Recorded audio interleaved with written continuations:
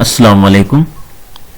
आज का जो हमारा लेक्चर है वो है नेशनल इनकम के बारे में।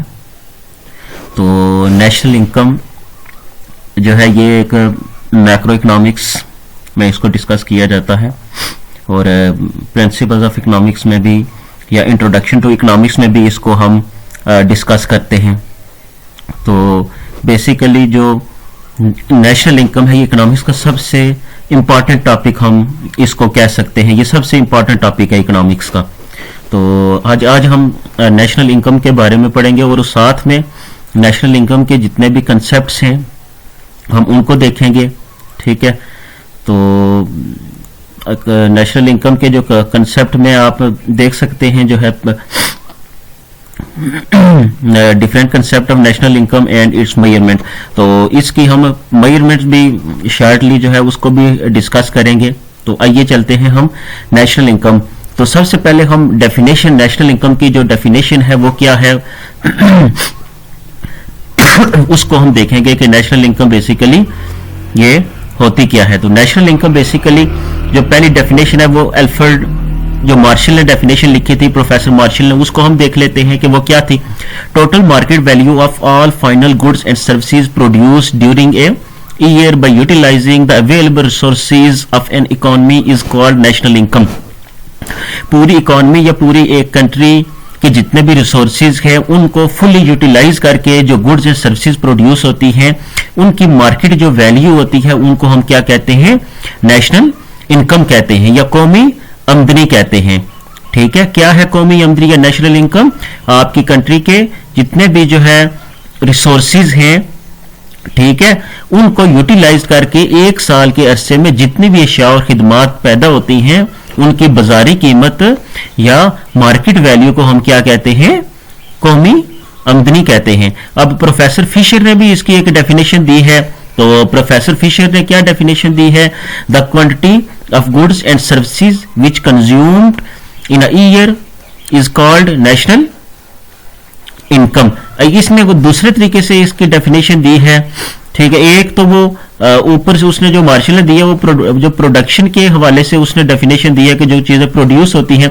फिशर ने भी कौमी आमदनी की डेफिनेशन दी है, लेकिन एक अपने मुताबिक उसने क्या दी है कि the quantity of goods and services which consumed in a year, अशिया खिदमात जो पैदा होती हैं और उनकी कंजम्पशन जो है उनको कंज्यूम जब किया जाता है तो उनकी जो वैल्यू होती है उसको नेशनल इनकम कहते हैं। National income because everything which will produce must be consume. आपको पता है कि जो चीज पैदा होती है वही चीज है, उस चीज को कंज्यूम करने के लिए किया जाता है।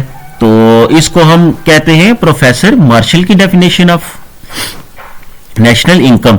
तो various concept of national income में जो पहला सबसे बड़ा कंसेप्ट है जिसको हम इसको भी हम नेशनल इनकम ही कहते हैं। ठीक है, तो क्योंकि जीडीपी अब उसके वेरियस कंसेप्ट जीडीपी, अब जब नेशनल इनकम को हम अब एक इंडिविजुअल के तौर पे पढ़ते हैं तो उसमें हम फिर मुख्तलिफ तरीकों से जो है नेशनल इनकम को देखते हैं। तो पहला जो उसका कंसेप्ट है वो है ग्रास डोमेस्टिक प्रोडक्ट। तो ग्रास डोमेस्टिक प्रोडक्ट या इसको हम जीडीपी भी कहते हैं।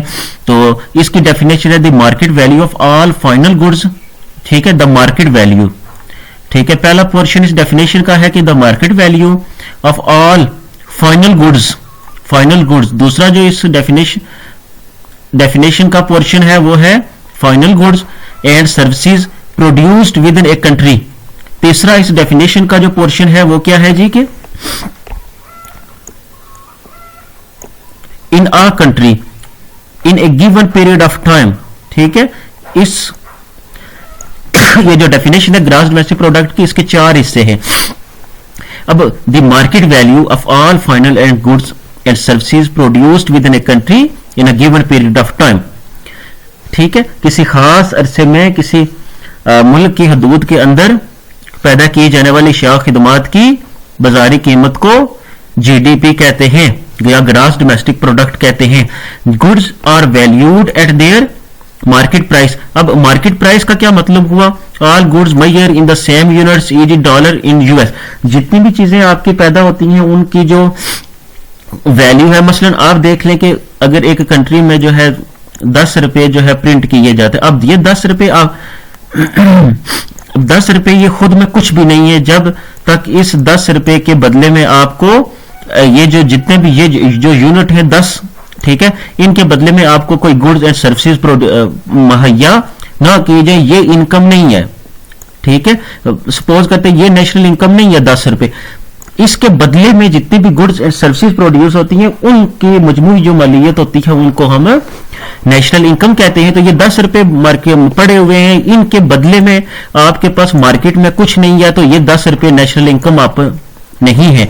नेशनल इनकम वो है कि इस 10 रुपए के बदले में आपको जितनी भी गुड्स आपकी बनती हैं वो आपको दी जाए। तो ऑल गुड्स, तो फिर क्या हुआ, the market value of final goods and services, वो जो final goods and services produce हुई है उनकी मार्केट वैल्यू कितनी है, ठीक है। Goods are valued at their market price, so all goods measured in the same units e g. Dollar in the US, ठीक है। तो उनको हम एक गुड्स एंड सर्विसेज को एक मार्केट वैल्यू दे देते हैं, ठीक है। Things that don't have a market value are excluded, ऐसी गुड्स एंड सर्विसेज जिनको मार्केट वैल्यू ना दी जा सके उनको हम नेशनल इनकम का हिस्सा नहीं बनाएंगे, ठीक है। सपोज करते हैं कोई अंडरग्राउंड एक्टिविटी हो रही होती है इलीगल, 400 शराब लोग बेच रहे होते हैं, उनको हम नेशनल इनकम में शामिल नहीं करते, ठीक है। कोई बंदा जो है घर में कोई खिदमात अंजाम दे रहा है तो उसको भी हम नेशनल इनकम में शामिल नहीं करते, don't have a market value, तो उनकी कोई मार्केट वैल्यू नहीं होती। तो जब एक चीज की मार्केट वैल्यू होती है तो उसको हम क्या कहते हैं, उसको हम जीडीपी में फिर शामिल कर लेते हैं। अब एक हमने मार्केट वैल्यू का भी आपको पता चल गया। फाइनल गुड्स क्या होती हैं, final goods intended for the end users, ठीक है। फाइनल गुड्स के एक चीज अगर आप मोटर बाइक जो है इकोनॉमी में प्रोड्यूस कर रहे थे तो वो बाइक जो है बनकर अपनी असल, अब जो उसकी शक्ल है जैसा बाइक होता है वो प्रोड्यूस एक अपनी उसकी आखिरी शक्ल जो है वो प्रोड्यूस हो गई, यानी कि बाइक पूरा जो है वो प्रोड्यूस हो गया है, तब जाकर एक बाइक जो है आपकी जो नेशनल इनकम है या जीडीपी में है उसमें वो शामिल होगा। वरना अगर उसके ऊपर जो है ना सीट्स अभी नहीं लगी या उसकी लाइट्स अभी नहीं लगी तो वो जीडीपी में शामिल नहीं होगा। उस साल की जो जीडीपी आप मसलन 2018 की आप जीडीपी निकालना चाह रहे हैं तो 2018 की जीडीपी में वो शामिल नहीं होगा, क्यों कि वो अभी गुड्स जो है इन प्रोसेसिंग है, ठीक है, वो प्रोसेस्ड नहीं हो चुकी, वो मुकम्मल नहीं, कंप्लीट नहीं है, तो इस वजह से उसको हम जीडीपी में शामिल नहीं करेंगे। इंटरमीडिएट, ठीक है, तो इसको कहते हैं final goods. Intermediate goods used as a components or ingredients in the production of other goods, कुछ ऐसी चीजें होती हैं इंटरमीडिएट गुड्स, ठीक है, तो जो किसी दूसरी चीज को पैदा करने के लिए मदद देती हैं तो उनको भी हम जीडीपी में, जैसे जो intermediate goods used as a components or ingredients in the production of other goods, ठीक है। तो सपोज करते हैं कि आप देखें बाइक बनाने के लिए आपको मुख्तलिफ, देखिए पहली बात है कि फाइनल गुड्स, बाइक जब अपनी मुकम्मल हालत में तैयार होगा तो इसको आप जीडीपी में शामिल नहीं, इसको आप जीडीपी में शामिल करेंगे। सपोज करते हैं कि आपके पास एक, अब बाइक को बनाने के लिए आपको पता है कि मुख्तलिफ किस्म के टूल्स की जरूरत पड़ती है और उनमें बेशुमार ऐसे टूल्स होते हैं जो उस साल में पैदा नहीं किए गए होते, ठीक है। तो जब उस साल में वो पैदा नहीं किए गए होते तो वो टूल्स जो होते हैं वो इनपुट होते हैं आपके, और वो इनपुट हम जीडीपी में, उस साल के जीडीपी में शामिल नहीं करते, ठीक है। और क्यों, और दूसरी बात, अगर वो इनपुट उसी साल में पैदा किए गए हैं, ठीक है, और आप उसको फिर बाई की वैल्यू में उसको शामिल नहीं करेंगे, क्योंकि बाज इनपुट जो होते हैं उसी साल में तो पैदा होते हैं। आपने पहले पढ़ा कि जीडीपी जो है ना 1 ईयर के अरसे में, जितनी एक साल के अरसे में जितनी भी आपकी चीजें पैदा होती हैं उसकी बाजारी कीमत को वहां पर जीडीपी कहते हैं। तो वो जो आपके टूल होते हैं इनपुट, ठीक है, उसको बाइक की कीमत में नहीं, बल्कि वो जब हम सपोज करते हैं 1 लाख का बाइक प्रोड्यूस होता है तो 1 लाख आप क्या सिर्फ पूरे का पूरा 1 लाख जीडीपी में शामिल नहीं करेंगे, बल्कि आपके जो देखें बाइक की जो सीट्स हैं ये क्या इनपुट हैं, बाइक के जो टायर हैं ये इनपुट हैं। तो ये क्या पता जब आपने टायर वाली शॉप पे आप गए तो क्या पता टायर वाली शॉप से आपने इलाइदा से उधर से जीडीपी आपने टायर का इलाइदा से कलेक्ट कर लिया, ठीक है। आपने जो उस पे सीट पे जो प्लास्टिक लगा हुआ है वो प्लास्टिक की आप शॉप पे गए तो उधर जो है अपने इलाइदा से उधर प्लास्टिक को भी जीडीपी में शामिल कर लिया। तो लास्ट पे जब बाइक बनाएंगे तो ये तो नहीं कहेंगे कि 1 लाख आप ये भी जीडीपी में शामिल कर लो, बल्कि कुछ इनपुट्स इसमें इस्तेमाल हुए और वो इनपुट्स जो है ना आप उस जीडीपी में शामिल फिर लास्ट पे नहीं करेंगे। GDP only includes final goods they already embody the value of the intermediate goods used in their production, ठीक है। तो GDP only include final goods, ठीक है, जो फाइनल गुड्स तैयार हुई हैं they already embody the value of the intermediate goods used in their production. तो जो ऑलरेडी जो गुड्स जो है जीडीपी में शामिल हो चुकी हैं इनपुट के तौर पे, उनके आपने शामिल नहीं करना है। GDP includes tangible goods. Tangible goods कौन सी होती हैं? बियर, वाइन, ब्रेड्स, केचप, ठीक है, फ्रिज, टीवी, ठीक है, ये सारी की सारी चीजें आपकी टेंजिबल जो आपको नजर आने वाली होती है, ठीक है। तो ऐसी गुड्स को आप आसानी से जो है ना मार्केट वैल्यू आप कर सकते हैं, ठीक है। एंड इनटेंजिबल गुड्स कौन सी होती हैं? जो नजर ना आने वाली होती हैं, जैसे किसी बंदे ने जो है ना वो लॉन्ड्री वगैरह रखी, उसमें वो कपड़े वगैरह लोगों को क्या करके दे रहा है, वॉश करके दे रहा है, ठीक है, क्लीन करके दे रहा है। कंसर्ट्स, कोई बंदा जो है ना कोई सिंगर वगैरह है वो कंसर्ट या इस किस्म के कुछ प्रोग्राम ऑर्गेनाइज करवा रहा है। सेल फोन सर्विस, कोई बंदा जो है मोबाइल फोन को ठीक कर रहा है, तो ये सर्विसेज हैं, ठीक है। तो यहाँ पे आप इनको सर्विस भी कह सकते हैं, ठीक है। तो ये भी जो है आपकी जीडीपी में शामिल होती हैं। गुड्स एंड सर्विसेज, हमने पहले पढ़ा कि गुड्स एंड सर्विसेज जो होती हैं वो आपकी जीडीपी में शामिल होती हैं। तो ये आपकी सर्विसेज आ गई। GDP includes currently produce goods not goods produce in the past. Suppose करते हैं कि 2011 का आप जीडीपी निकाल रहे हैं, तो 2011 एक साल में जितनी भी चीजें पैदा गुड्स एंड सर्विसेज पैदा हुई वही सिर्फ जीडीपी में शामिल होंगी, ना कि 2010 में जो गुड्स पैदा हुई थी वो भी 2011 में के जीडीपी में शामिल होंगी, ठीक है।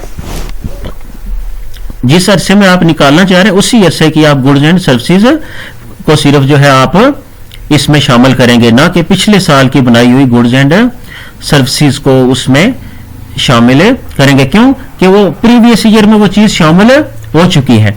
GDP measures the value of production that occurs within a country's border, whether done by its own citizen or by foreigners located there, ठीक है। अब जीडीपी एक साल के अरसे में आपकी जो कंट्री है उसकी बाउंड्री के अंदर, सपोज करते हैं कि ये पाकिस्तान है,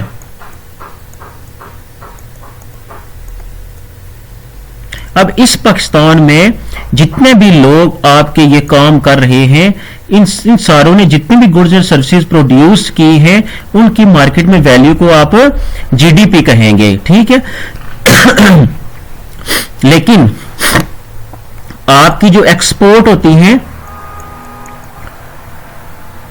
आपने जो एक्सपोर्ट की होती है वो भी अगर किसी जो है ना सपोज करते हैं आपने अमेरिका को जो है ना वो फरोख्त की, तो वो भी जब पैसा आएगा तो वो भी आपकी इनकम में शामिल होगा। क्यों? कि वो भी आपके जो डोमेस्टिक फैक्टर ऑफ प्रोडक्शन थे उनकी इनकम है, ठीक है। और तीसरी बात जो काबिल गौर बात है, अगर कोई अमेरिका का बंदा पाकिस्तान में काम कर रहा है और आपके फैक्टर ऑफ प्रोडक्शन को यूज करके, आपके सॉरी फैक्टर ऑफ प्रोडक्शन में तो वो शामिल है, आपकी जमीन को यूज करके वो कोई चीज प्रोड्यूस कर रहा है, तो वो भी आपकी जीडीपी में शामिल होगा, ठीक है। बाहर के जो रेजिडेंट आपके मुल्क में काम कर रहे होते हैं वो भी आपकी जीडीपी में शामिल होंगे, लेकिन आपके लोग जो अमेरिका में काम कर रहे हैं वो आपकी जीडीपी में शामिल नहीं होंगे, ठीक है। तो यूजुअली ये ईयर आर क्वार्टर 3 मंथ, तो आप 3 मंथ का भी निकाल सकते हैं, ठीक है, क्वार्टरली, और ईयर का भी आप जीडीपी निकाल सकते हैं।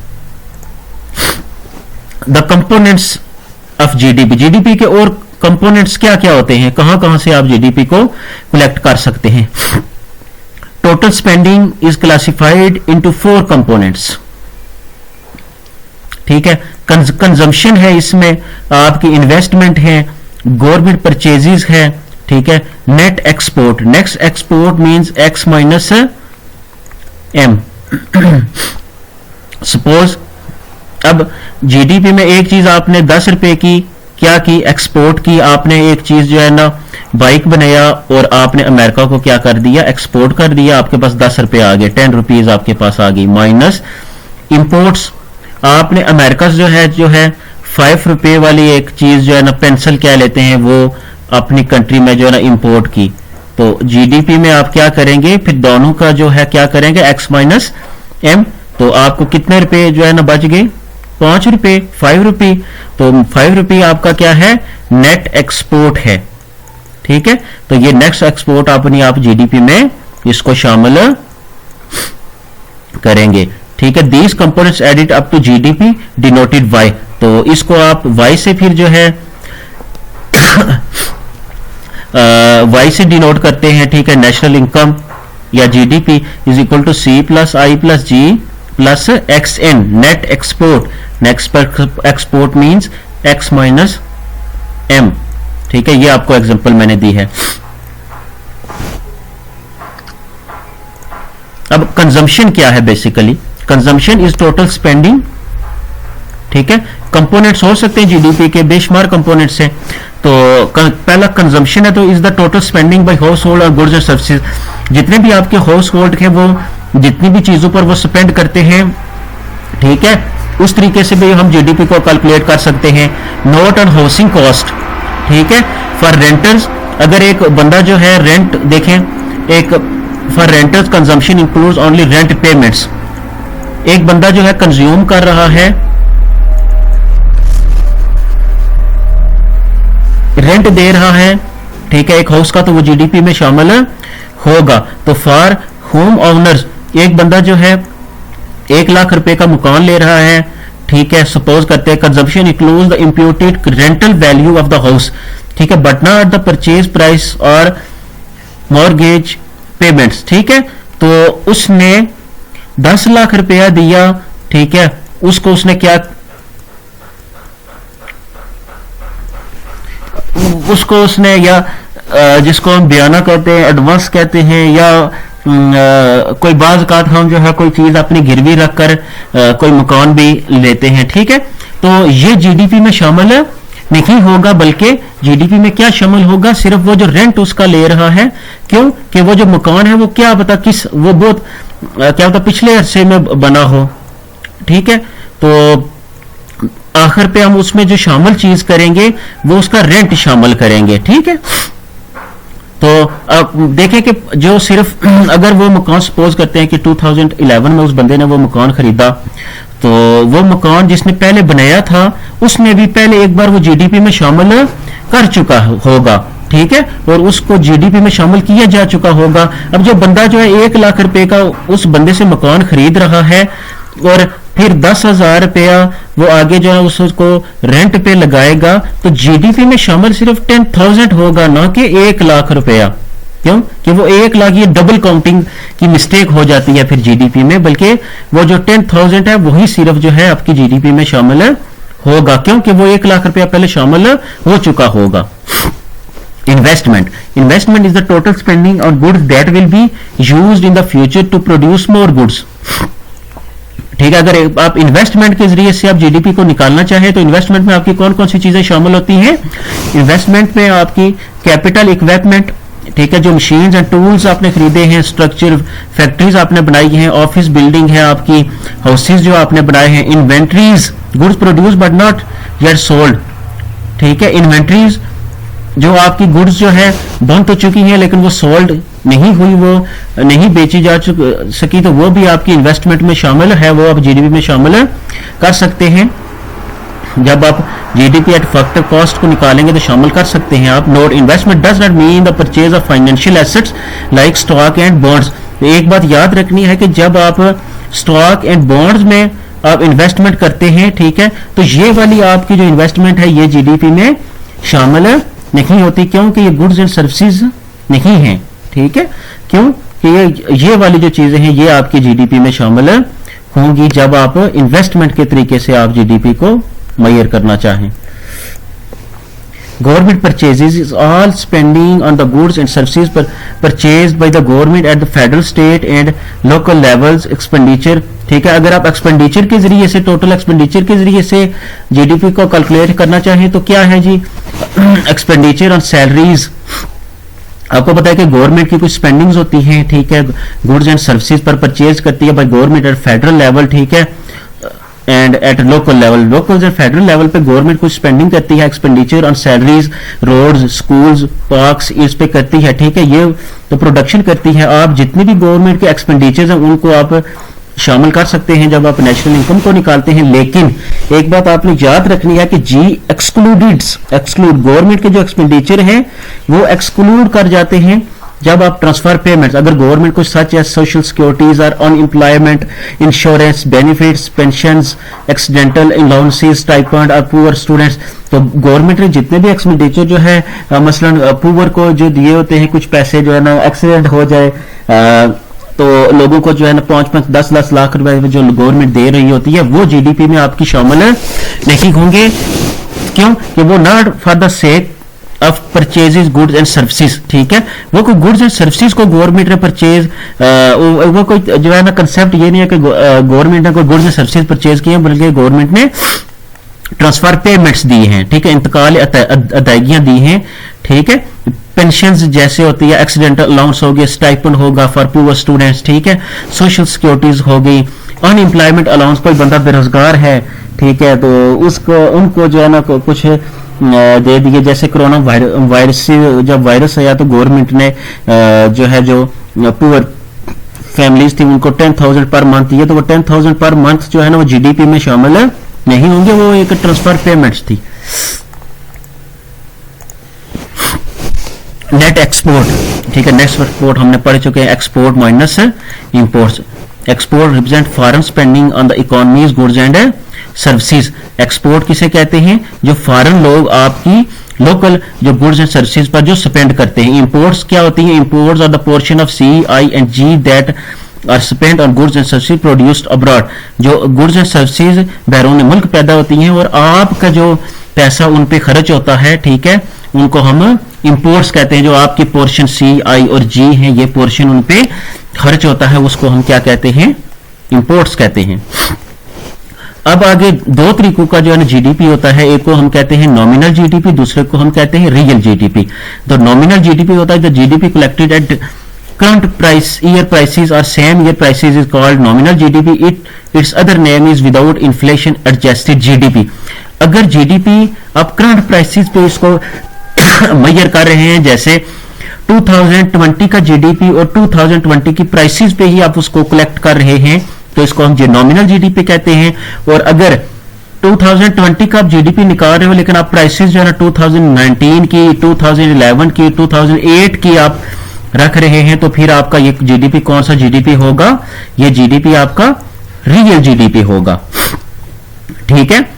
यानी कि नॉमिनल जीडीपी क्या है? उसी साल की प्राइसेस और उसी साल की क्वांटिटी को अगर आप मल्टीप्लाई करें तो आपके पास नॉमिनल जीडीपी होगा। लेकिन अगर आप सपोज करते हैं कि 2020 की आप क्वांटिटीज रख रहे हो और गुड्स एंड सर्विसेज 2020 की, लेकिन आप जो प्राइसेस रख रहे हो वो 2000 आप उस साल की नहीं रख रहे, 2011 की आप 2020 का जीडीपी निकाल रहे हो, 2011 की आप प्राइसेस रख रहे हो, तो ये क्या हो गया?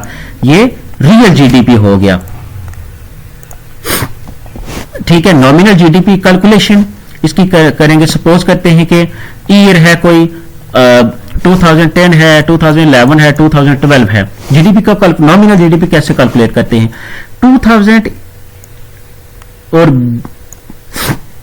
टू प्रोडक्ट की हमने इसमें एग्जांपल दे रहे हैं, एक है पिज्जा और दूसरा है बैट। आपकी इकोनॉमी में सपोज करते हैं हम जीडीपी निकालना चाह रहे हैं और दो गुड्स सिर्फ आप प्रोड्यूस कर रहे हैं, two goods produced like pizza and bat.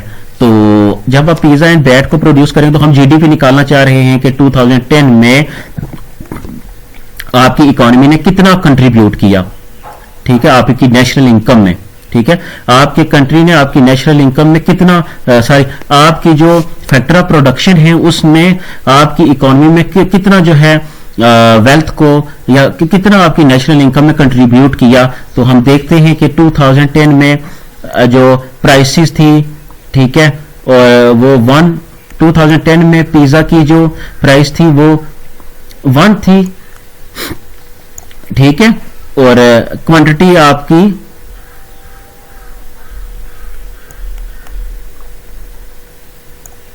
Q1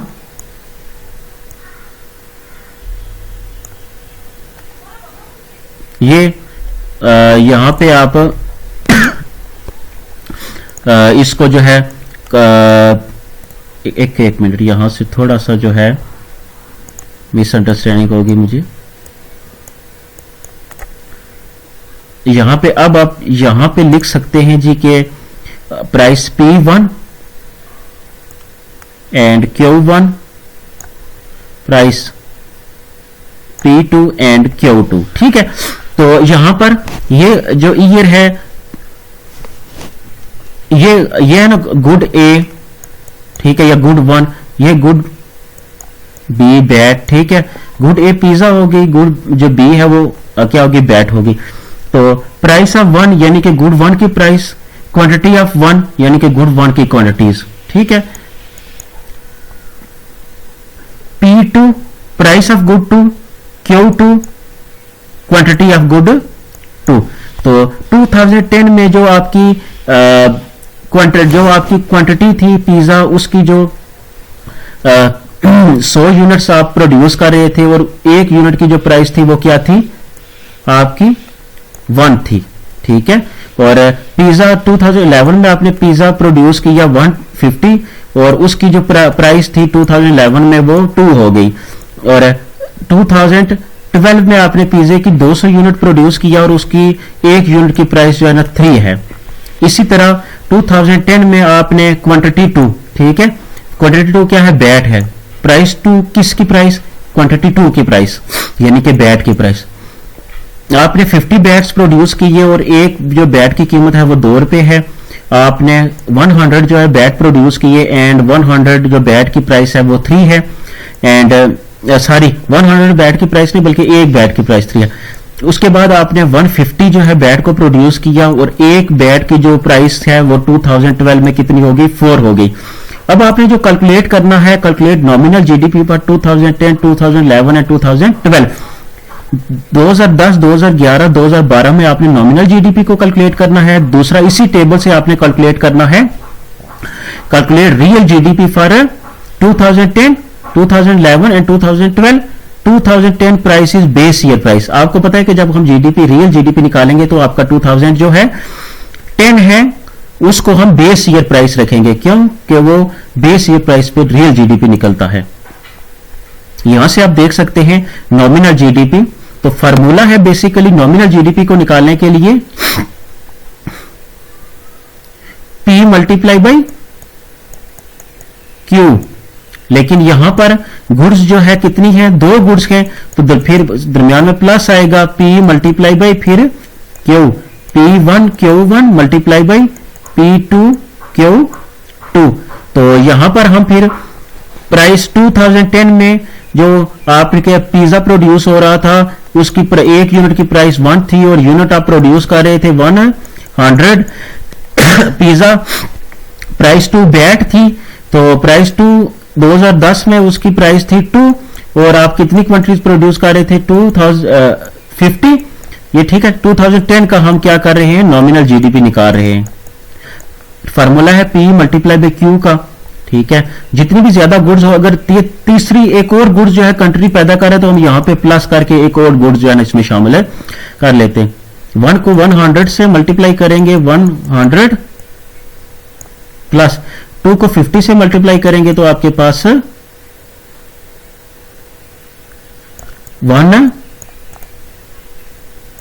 यहां पे आपके पास क्या आ जाएगा 100 इज इक्वल टू 200।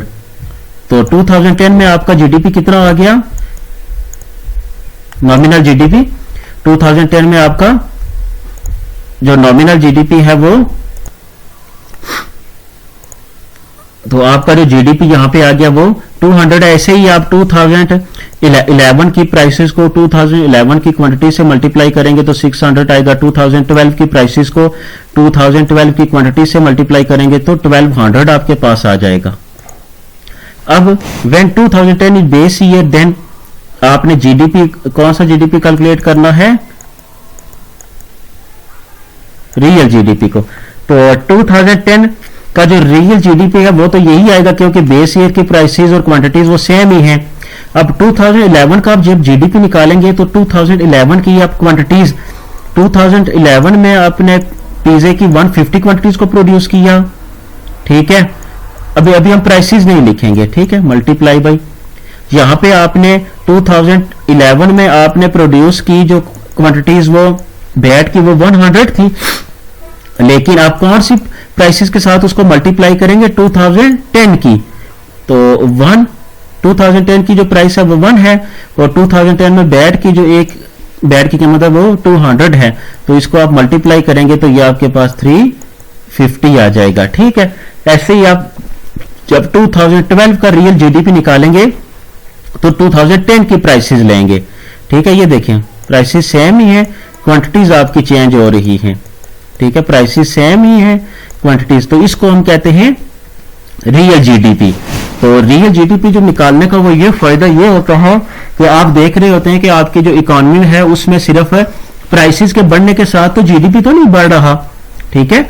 तो बेसिकली जीडीपी जो होता है वो गुड्स एंड सर्विसेज के बढ़ने से जितनी आपकी गुड्स एंड सर्विसेज कंट्री में ज्यादा होंगी तो कंट्री को फायदा होता है, ना कि आप ज्यादा रुपया छाप दो, प्राइसेस ज्यादा कर दो और कहो कि जीडीपी बढ़ गया, ऐसी बात नहीं है। फिर जीडीपी वो आपका नॉमिनल जीडीपी ज्यादा होगा, बल्कि रियल में कोई आपकी प्रोडक्शन नहीं होगी।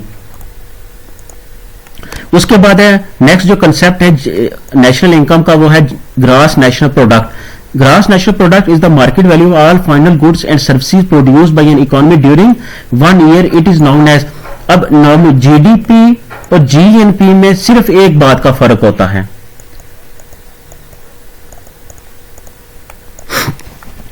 जीएनपी, जीडीपी में अगर आप, ठीक है, इसको हम ऐसे भी लिख सकते, जीडीपी में अगर आप income of country man working abroad, जो आपके लोग बाहर काम कर रहे हैं, जैसे आप सऊदी अरेबिया लोग काम कर रहे हैं, दुबई, अमेरिका, इंग्लैंड, दुनिया की किसी भी कंट्री में काम कर रहे हैं, उनकी इनकम को आप प्लस कर देंगे और साथ में माइनस क्या करेंगे, foreigners working in the country. जो आपकी कंट्री में लोग काम, ये जीडीपी का उलट होता है, जो आपकी कंट्री में लोग काम कर रहे हैं उनको उनकी इनकम को निकाल देंगे और जो आपकी कंट्री के लोग बाहर काम कर रहे हैं उनकी इनकम को शामिल कर देंगे, तो इसको हम कहते हैं जीएनपी। और दूसरे तरीके से हम इसको लिख सकते हैं, we can also write GNP is equal to GDP plus net factor income from abroad.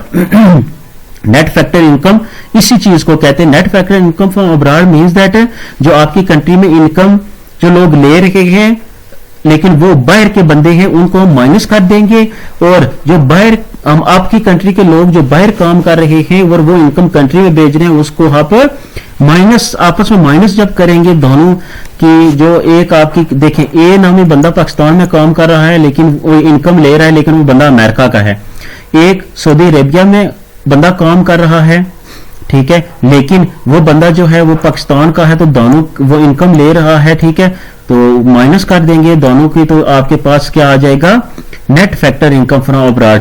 GDP और जीएनपी में सिर्फ इसी बात का फर्क होता है कि जो जीडीपी में आपकी कंट्री के अंदर जो लोग काम कर रहे हैं चाहे वो अमेरिका का बंदा है वो आपकी जीडीपी में शामिल होगा, लेकिन जीएनपी में वो बंदा शामिल आपकी इनकम में नहीं होगा, लेकिन जो आपकी कंट्री का बाहर बंदा काम कर रहा है वो आपकी इनकम में शामिल होगा। Net national product measures the value of goods and services produced in a year less the value of depreciation, it can be written as।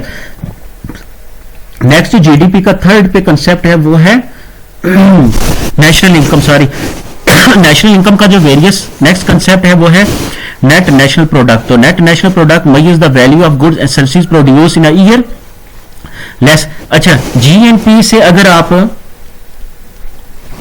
आप जीएनपी से माइनस कर देंगे जीएनपी, ठीक है, नेट आपकी जो नेट एनएनपी है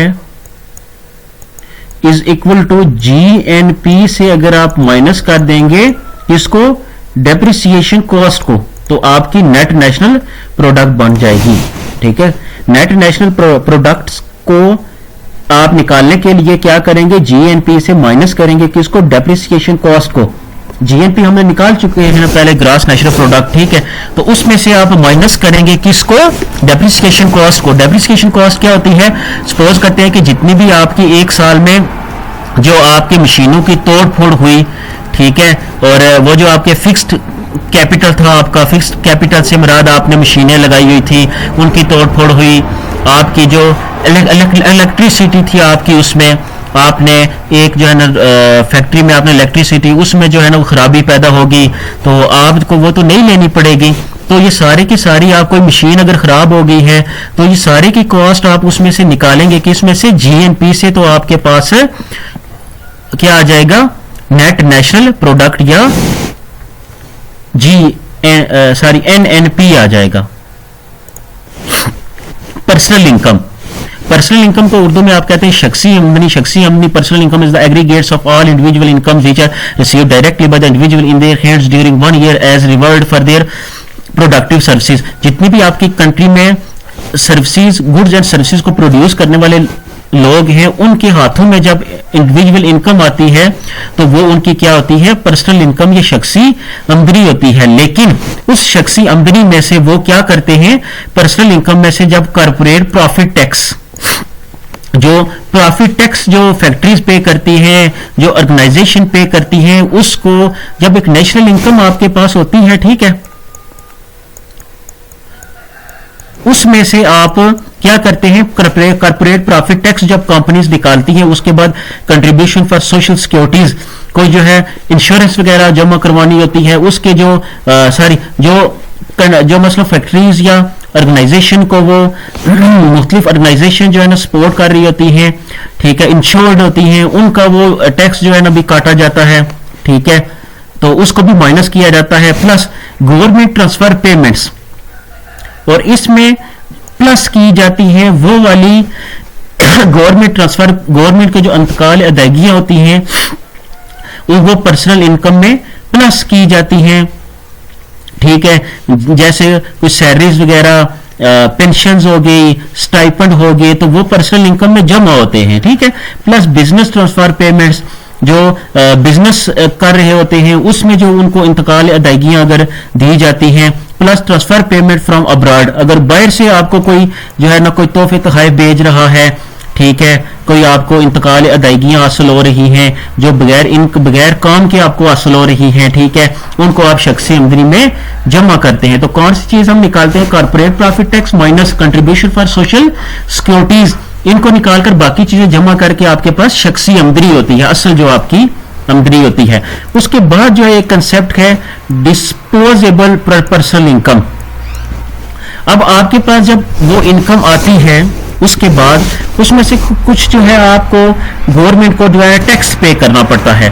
ठीक है, वो जो आप गवर्नमेंट को आप टैक्स पे करते हैं, सपोज करते हैं कि आपके पास नेशनल पर्सनल इनकम थी, शख्सी आमदनी थी, ठीक है, शख्सी आमदनी में से आपने कुछ चीजें निकाल के, ठीक है, उसके बाद उसको जब आप खर्च करेंगे, लेकिन आप खर्च करने से आपको जो is the amount which the individual after paying the tax to the government the individual can spend this amount as they want it can be written as, उसमें से आप जो डायरेक्ट टैक्स जो गवर्नमेंट को आपने पे करना है या पर्सनल टैक्सेस जिसको हम कहते हैं वो आप निकाल देंगे, तो फिर आपकी वो डिस्पोजेबल इनकम काबिल तसर्फ शख्सी आमदनी बनेगी। डिस्पोजेबल इनकम को उर्दू में कहते हैं काबिल तसर्फ शख्सी आमदनी।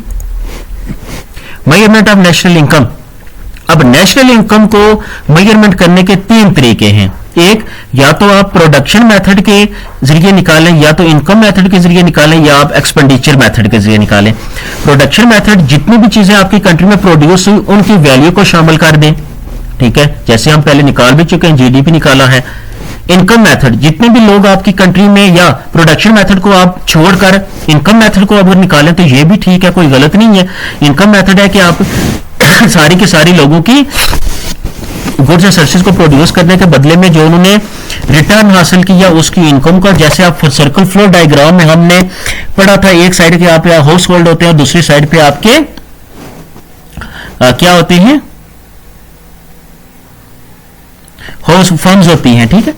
तो हाउस होल्ड जितने भी वो रिसीव्ड करते हैं, ठीक है, return for the sake of production of goods and services, तो इनकम मेथड को आप शामिल कर लें।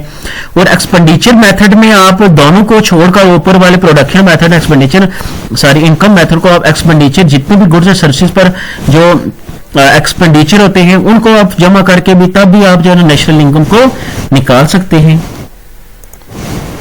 Production method, the total market value of final goods and service produce in a country during 1 year is calculated at market price. Market price पे जितनी भी आपकी कंट्री में चीजें प्रोड्यूस हुई हैं उनको आप शामिल करके, ये है आपका कौन सा तरीकाकार है, production method. The whole economy is divided into different sectors such as agriculture sector, trade, transport and communication, construction, electricity and gas.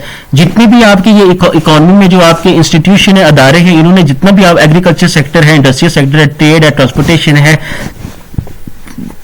Communication है, कंस्ट्रक्शन, इलेक्ट्रिसिटी या गैस एंड सर्विस, जितनी भी चीजें इन सारे अदारों में मिलकर पैदा की है, उनकी मार्केट में जितनी भी वैल्यू है उसको हम प्रोडक्शन मेथड कहते हैं। तो डायरेक्ट मैंने गुड्स एंड सर्विसेज के इतनी इतनी गुड्स प्रोड्यूस हुई, उनकी वैल्यू इतनी है, मैंने डायरेक्ट उनकी वैल्यू को लिख दिया कि एग्रीकल्चर से अमाउंट ऑफ बिलियन 240 बिलियन हमारे पास जो है ना प्रोड्यूस हुए, इंडस्ट्रियल से इतना प्रोड्यूस हुआ, ट्रेड से इतना प्रोड्यूस हुआ, तो सबको जमा करके मैंने आपकी नेशनल इनकम निकाल दी। नेशनल आउटपुट कितना आ गया जी, $8 बिलियन आपकी नेशनल इनकम है।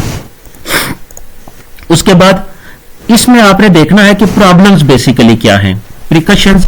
प्रॉब्लम जब आप प्रोडक्शन मेथड को निकालें तो हमेशा बचना है कि आप डबल काउंटिंग की गलती तो नहीं कर रहे। डबल काउंटिंग कि एक बार जो चीज शामिल हो चुकी है आपने उसको दोबारा से अपनी इनकम में शामिल नहीं कर। Double counting should be avoided because it will cause over estimation in national income. ठीक है, जब आप डबल काउंटिंग की गलती करेंगे नेशनल इनकम को निकालते हुए तो ये डबल काउंट हो जाएगा, तो आपको कौमी आमदनी हमारी कम होगी लेकिन ज्यादा दिखाई दे रही होगी। ठीक है, सपोज करते हैं कि कॉटन जो है आपने कॉटन की जो वैल्यू थी वो 50 रुपए की थी। ठीक है, कॉटन से फिर धागा बना तो उसकी भी 50 रुपए वैल्यू है। क्लॉथ बना तो उसको वैल्यू ऐड हुई ना, उसमें 50 रुपए की हो गई। तो उस फिर शर्ट एट शॉप, तो शॉप पर फिर हम शर्ट लेकर गए तो 100 रुपए की है। शर्ट इन मार्केट, ठीक है, यानी कि फैक्टर कॉस्ट तक वो शर्ट कितनी थी, उस पर कॉस्ट 100 रुपए की।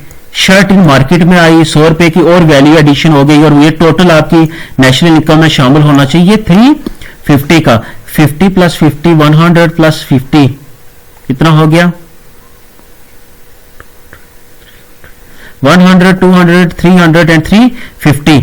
आपका जो जीडीपी में शामिल होना चाहिए वो 350 होना चाहिए। ठीक है, लेकिन आपने क्या किया, प्राइस ऑफ द प्रोडक्ट को शामिल करते गए और आपने नेशनल इनकम को 900 बना दिया। कैसे, आपने कॉटन 50 लगाया, उसके बाद जब कॉटन से धागा बना तो धागे को आपने 50 रुपए की वैल्यू दी, लेकिन ये 50 रुपए और 50 रुपए आपने एक दूसरे में ऐड कर दिया, ये आपने ऐड नहीं करना था। ठीक है, तो उसके बाद फिर आगे 50 रुपए आपको क्लॉथ के हासिल हुए, वो भी आपने ऐड करके 150 कर दिया।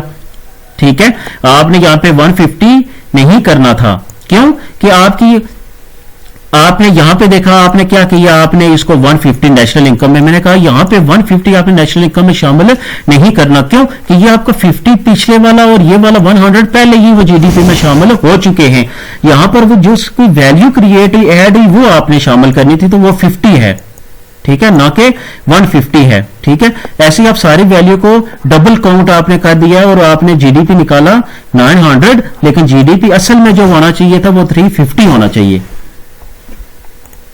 तो इस तरीके से आपने बचना है ओवर एस्टिमेट से। और उसके बाद जो प्रिकॉशंस आपने एहतियाती तदबीर अख्तियार करनी है, non market production is not added. Service of house wife, घर में जो है ना बर्तन वगैरह धोने की, जो धोने वाले, रोटी पकाने वाले, तो वो सेल्फ गार्डनिंग, कोई बंदा जो है ना घर में खुद बागबानी करता है, because it difficult to estimate of quantities and also in monetary terms. तो इस किस्म की जितनी भी जो है मॉनेटरी टर्म्स हैं उनको हम एक बंदा घर में बागबानी करता है, एक औरत घर में खुद जो है कपड़े धोती है, खाना पकाती है, एक बंदा घर में अपने बच्चों के खुद बाल काटता है, तो उसे हम जीडीपी में शामिल या नेशनल इनकम में शामिल नहीं करेंगे। तो क्यों? कि उसकी हमारे पास कोई मॉनेटरी वैल्यू नहीं है, बहुत मुश्किल है कि उनको हम मॉनेटरी वैल्यू में, it's difficult to estimate of the quantities and also in monetary terms. Unsold goods, ठीक है, कुछ चीजें जो है अनसोल्ड होती हैं, ठीक है, the goods which are not completed their final production process. Unsold या यहां पे आप यहां पे अनकंप्लीट गुड्स भी, आप अनकंप्लीट गुड्स, ठीक है, कुछ चीजें जो है उस साल में 2011 का आप जीडीपी निकालना चाहें तो आप गुड्स को जो है ना फाइनल शक्ल नहीं दे सके, गुड्स अभी प्रोसेस में, तो उस साल के जीडीपी में शामिल उसको नहीं करना है, ठीक है, आप जब तक उसको कंप्लीट ना कर, इनपुट तो वो तो शामिल हो जाएंगे, लेकिन उस बाइक की फाइनल वैल्यू, सपोज करते हैं बाइक प्रोड्यूस करें, तो फाइनल वैल्यू कभी भी आप जो है जीडीपी में शामिल ना करें, ठीक है। The goods which are not completed their final production process. Reduction of indirect taxes, जितने भी आपके इनडायरेक्ट टैक्सेस होते हैं उनको भी आप नेशनल इनकम से माइनस करते हैं। इनकम मेथड, इनकम मेथड में आपने सारे जो है ना, आपको पता है रेंट है, वेज है, सैलरीज होती है, इंटरेस्ट होती है, ये रिवार्ड है ना फैक्टर ऑफ प्रोडक्शन के, तो फैक्टर ऑफ प्रोडक्शन के रिवार्ड को आप जमा करेंगे तो आपके पास इनकम मेथड का आ जाएगा। The measurement of national income by this method is to sum of the rewards received by the factors of production, land, labour, capital and organisation during a year, ठीक है, एक साल के अरसे में जितना भी रिवार्ड लिया गया, इसको हम जीडीपी के नेशनल इनकम के इनकम मेथड में इसको हम शामिल करते हैं, ठीक है। आपने देखा होगा कि जब यहां आपने प्रोडक्शन मेथड निकाला था तो उसमें भी 800 आई थी आपकी वैल्यू लास्ट पे, और यहां पे जो है नेशनल इनकम निकालते हुए भी 800 आई है इनकम मेथड। और जब आप तीसरा मेथड इसका देखेंगे, एक्सपेंडिचर नेशनल एक्सपेंडिचर मेथड, तो इसमें भी एक्सपेंडिचर मेथड भी आपका 800 आया है, ठीक है। तो तीनों तरीकों में ये, वैसे एक बात आपने याद रखनी है तो ये बाज़ वक़्त ऐसा भी होता है कि जब आप, ये तो हमने अब पेपर वर्क किया है तो तीनों में जो है वो सेम वैल्यू आई है, ठीक है, एक्सपेंडिचर मेथड में भी, प्रोडक्शन मेथड में भी। ये आप जब रियल में, अब जब आप नेक्स्ट जो है, अगर आपको किसी कोई ऐसा तो काम मिलता है, ठीक है, नेशनल इनकम को कैलकुलेट करने का, तो ये ऐसा नहीं होता कि ये जो है तीनों ही बराबर आ जाए, बल्कि आपको पता है कि डेटा इतना एग्जैक्ट नहीं मिल रहा होता। प्रोडक्शन क्या पता मेथड के जरिए आपकी नेशनल इनकम और हो, इनकम मेथड के जरिए और हो, और एक्सपेंडिचर मेथड में थोड़ा बहुत फर्क हो सकता है क्योंकि डेटा एग्जैक्ट बाज़ औक़ात नहीं मिलता, ठीक है। तो ये कोई जो है ना इतना ज्यादा तीनों बराबर हो या ना हो, कोई इतना फर्क नहीं पड़ता, ठीक है। तो आपने कौन सा तरीका कहा? दूसरा हमने पढ़ा इनकम मेथड। इनकम मेथड को कैलकुलेट करते हुए रिजल्ट जो आपने गलतियां नहीं करनी, आपने जो ट्रांसफर पेमेंट्स होती है उनको आपने कभी इनकम मेथड में शामिल नहीं करना, जैसे पेंशन है, स्कॉलरशिप्स है, ज़कात है, are not included in a income method, ठीक है। इनकम मेथड को जब आप मेजरमेंट करेंगे तो नेशनल इनकम में कभी भी जो है स्कॉलरशिप जो दी गई होती है, ज़कात दी गई होती है, पेंशन, इसको कभी भी जो है ना अपने जीडीपी में शामिल या नेशनल इनकम में शामिल नहीं करना। Income from illegal sources, smuggling, bribery, etc income ना, कोई बंदा जो है ना 3 लाख रुपए किसको रिश्वत दे रहा है तो कभी भी वो आप जीडीपी में शामिल ना करें। स्मगलिंग के जरिए जो है जो चीजें एक्सपोर्ट होती हैं बाहर के मुल्कों में, ठीक है, तो उसको भी जीडीपी नेशनल इनकम में हम शामिल नहीं करते। विंड फॉल गेन्स, आपको कोई बंदा जो है ना तोहफा दे रहा होता है, कोई बंदा आपको प्राइसेस दे रहा होता है, बोनस, लॉटरीज जो लोगों की निकलती है, ये भी इनकम मेथड में शामिल नहीं होती नेशनल इनकम में, ठीक है। नेक्स्ट है जी एक्सपेंडिचर मेथड। अब जितनी भी कंट्री के लोग आपकी एक्सपेंडिचर कर रहे होते हैं तो वो इनकम से ही कर रहे होते हैं, या तो आप इनकम को कैलकुलेट कर रहे हैं तो नेशनल इनकम निकल आएगी, या प्रोडक्शन को कैलकुलेट कर रहे हैं मार्केट वैल्यू के तो नेशनल इनकम निकल आएगी, या आप जितने भी लोगों ने मुल्क की गुड्स और सर्विसेज पे एक्सपेंडिचर किए होते हैं, एक्सपेंडिचर को जमा कर लें तो आपकी क्या आ जाएगी? नेशनल इनकम आ जाएगी। तो टोटल एक्सपेंडिचर मेथड में आप incurred by society during 1 year are added together. It includes personal consumption expenditure during private investment, public investment, export, surplus, net foreign investment and public expenditure on goods and services. Net foreign investment means that जो एक तो आपकी country में investment हो रही होती है जो फॉरेन फैक्टर्स करते हैं, और एक आप फॉरेन इन्वेस्टमेंट करते हैं, तो दोनों को एक दूसरे को माइनस कर लें, और अगर सरप्लस आता है तो वो आप शामिल कर लें अपनी नेशनल इनकम में। ठीक है, तो पर्सनल कंजप्शन एक्सपेंडिचर इसमें होते हैं, प्राइवेट एंड पब्लिक इन्वेस्टमेंट होती है, government expenditure on goods and services होते हैं। तो government expenditure on goods and services पहले मैंने आपको बता दिया कि किन किन गुड्स पे होते हैं। एक्सपोर्ट सरप्लस है, एक्सपोर्ट सरप्लस क्या होता है मैंने पहले ही आपको बता दिया। नेट फॉरेन इन्वेस्टमेंट, ठीक है, नेट फॉरेन इन्वेस्टमेंट क्या होती है? सपोज करते हैं कि आपकी एक कंपनी जो है पाकिस्तान में काम कर रही है, वो कंपनी अमेरिका की है, वो 200 रुपया जो है पाकिस्तान से इनकम ले रही है, और आपकी कंपनी एक अमेरिका में काम कर रही है, वो 300 रुपया वहां से इनकम ले रही है। अब दोनों को उस 300 रुपए को 200 रुपए से माइनस करेंगे तो आपकी नेट फॉरेन इन्वेस्टमेंट आ जाएगी 100 रुपया आपको बच गया, आप अपनी नेशनल इनकम में शामिल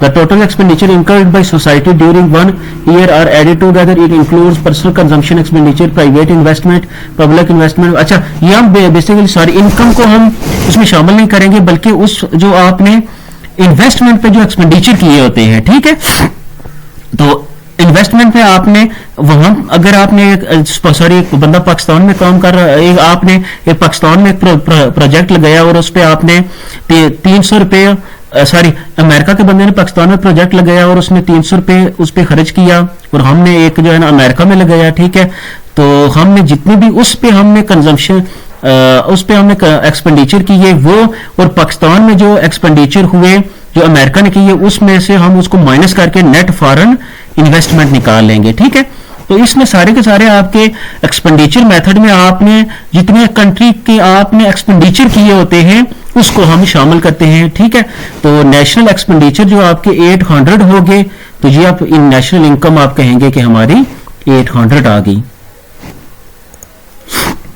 तो इसके लिए प्रिकॉशन है कि expenditure are encountered by only once. ठीक है, तो एक ही बार जो है आप बार बार एक चीज को आपने खरीदा, ठीक है, फिर दूसरी बार, फिर तीसरी बार, फिर चौथी बार, तो एक ही बार जो है उस आपने अगर आपने एक कार खरीदी